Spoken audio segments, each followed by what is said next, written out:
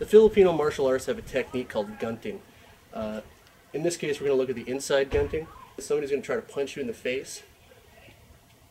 Your opposite side hand kind of parries it, and simultaneously, you're bringing your other hand up, and the knuckle sinks into the bicep.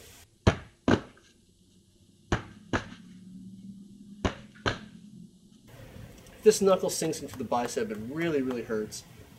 In the Filipino martial arts, the typical thought process behind using inside gunting would be to stay outside the range of a skilled boxer and slowly wear down his arm muscles.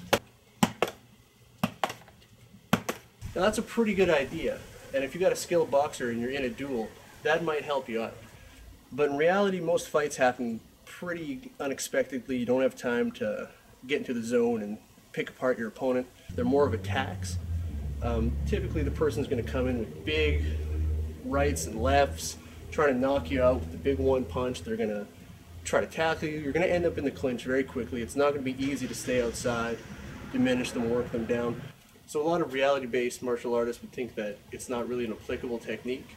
But when you think about it as an entry instead of a long-range technique, it becomes very valid again. It becomes less about just knocking that bicep and more about gaining entry into his space here.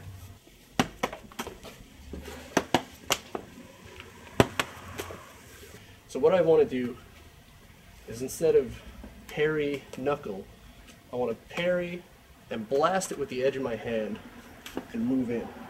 This has become less of a pressure point technique on the bicep and more as a jamming technique. And if you're really quick, you can just jam. But you want to keep the parry going so that if he's too strong, if you miss, you slide off, you don't eat one in the face. And it's the same motion, the same technique, only instead of staying outside and trying to diminish him, I'm going to come in, I'm going to blast it out of the way and come in on him real hard. It's still going to hurt him, and I'm going to end up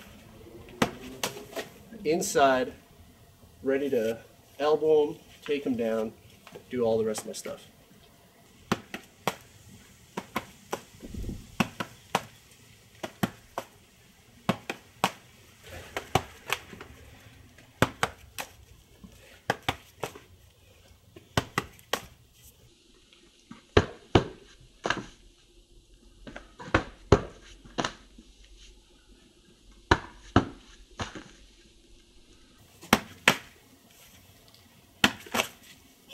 Ate it.